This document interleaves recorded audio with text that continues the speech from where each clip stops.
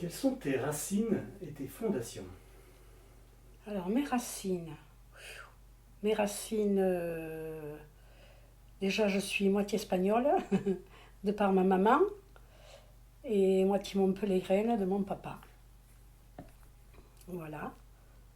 Euh, Sinon, je suis née en Lozère, puisque mes parents se sont rencontrés en Lozère, puisque mon père a eu la tuberculose, et comme il y avait un SANA à côté de Marvejols, puisque je suis née à Marvejols, et que ma mère étant rapatriée d'Espagne, elle a atterri en Lozère avec son père et ses frères.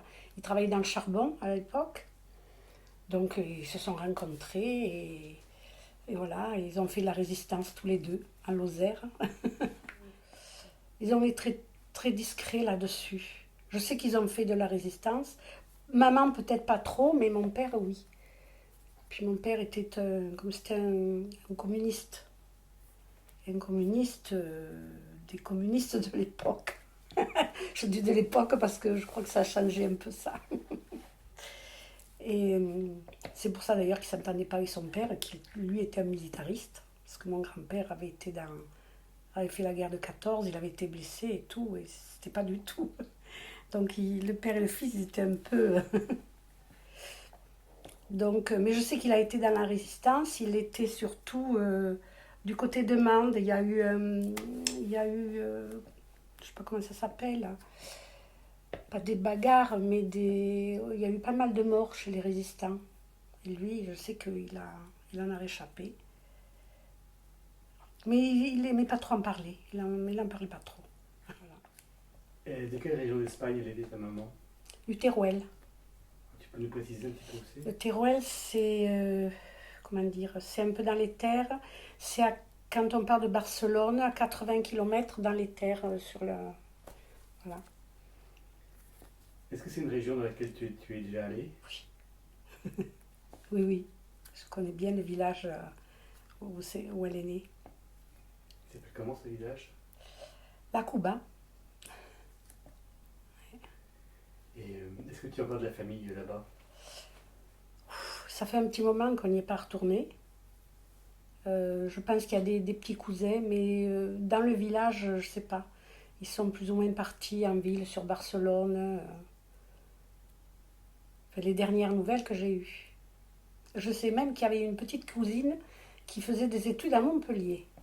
Il y a de ça une dizaine d'années, même peut-être plus. Donc depuis, non, depuis. Qu'est-ce que tu peux nous dire de tes parents? Ah. Déjà, j'ai perdu papa, j'avais 20 ans. Il avait lui 49 ans. C'était des gens formidables. Très sociables aussi. Mon père travaillait à la Spie Batignolles. Je ne sais pas si vous connaissez. C'est une entreprise qui, par exemple, il a monté les premiers relais télévision. Voilà. Et maman ne travaillait pas, puisqu'on était quatre à la maison. Mais elle travaillait. On avait des voisins qui étaient primeurs en gros. Donc, quand ils arrivaient à leur camion, maman allait les aider à décharger les camions et en compensation, il lui donnait un peu de légumes, un peu de fruits, parce que papa ne gagnait pas énormément. Voilà. Et puis elle faisait beaucoup de couture. Et puis elle a fait cuisinière quand papa est décédé. À la cantine de Marvejols, ils l'ont pris comme cuisinière. Et qu'est-ce que tu as appris de tes parents? Tout, tout. J'ai appris à vivre, j'ai appris à me contenter de peu, avoir peut-être un peu d'ambition, mais d'ambition raisonnée, disons. Une ambition surtout, je sais pas, dans la manière de m'affirmer, voilà. Mais pas l'ambition, le tralala, c'est pas mon truc. Et quel enfant tu étais? La même. Quel enfant j'étais. Je sais pas, je pense que j'étais assez docile. J'étais quelqu'un d'assez docile.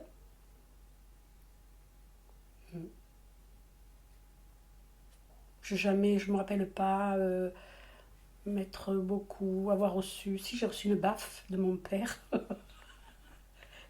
J'ai reçu une baffe de mon père, je l'avais dit, c'était la seule baffe qu'il m'a donnée. Parce que je lui avais dit qu'il était ridicule. Il était ridicule. C'était la seule baffe qu'il m'a donnée. Parce que j'étais à l'école normale et je sais pas, j'avais appris quelque chose à l'école normale et mon père m'avait contredit et je lui avais dit qu'il était ridicule. Ben, c'est parti. Mais à côté de ça, mes parents dansaient beaucoup.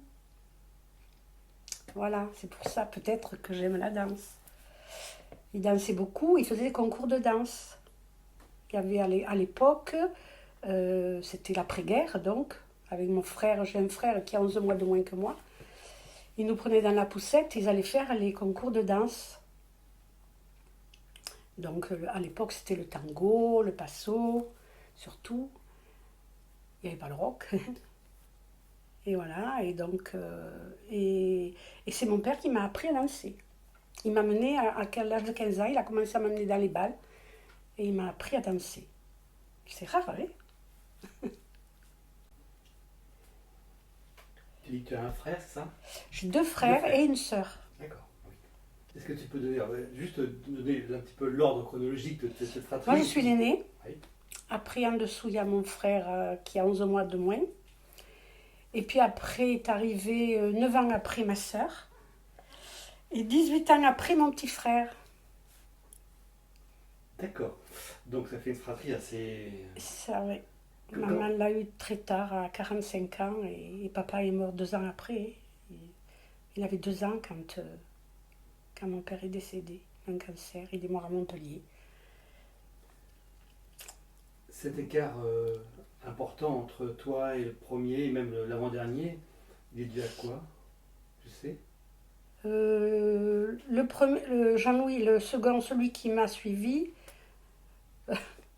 je vais faire rire, mais maman disait que c'était des accidents tous les deux. Les filles ont été voulues et les garçons c'était des accidents. C'est bête, hein, mais bon. Et oui, parce qu'il y en a un qui est arrivé trop tôt et l'autre qui est arrivé trop tard. Donc celle qui a 9 ans de plus que toi, c'est ta sœur? 9 ans de moins. De moins. Oui, de moins, oui. C'est ma sœur. Et à 18 ans, c'est ton petit Et frère. 18 ans, c'est le petit frère. Alors les prénoms, ça fait? Les prénoms, c'est donc Agnès, Jean-Louis, Babé, Elisabeth et Frédéric. Et comment ça fonctionnait toute cette fratrie ensemble?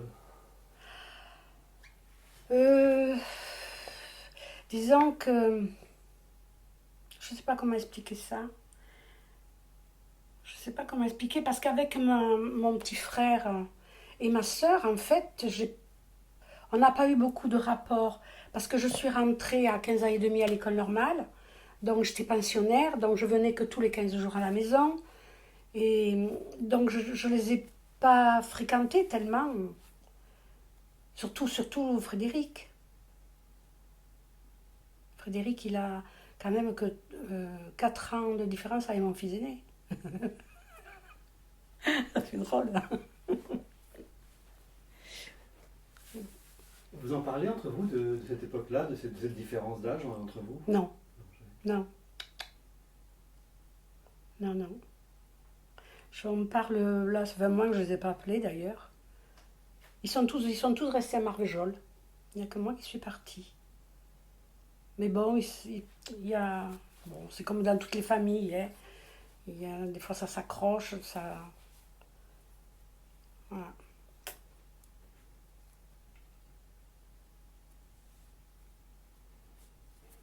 Quand tu étais enfant, adolescente, quels étaient tes rêves? Qu'est-ce que c'était mes rêves?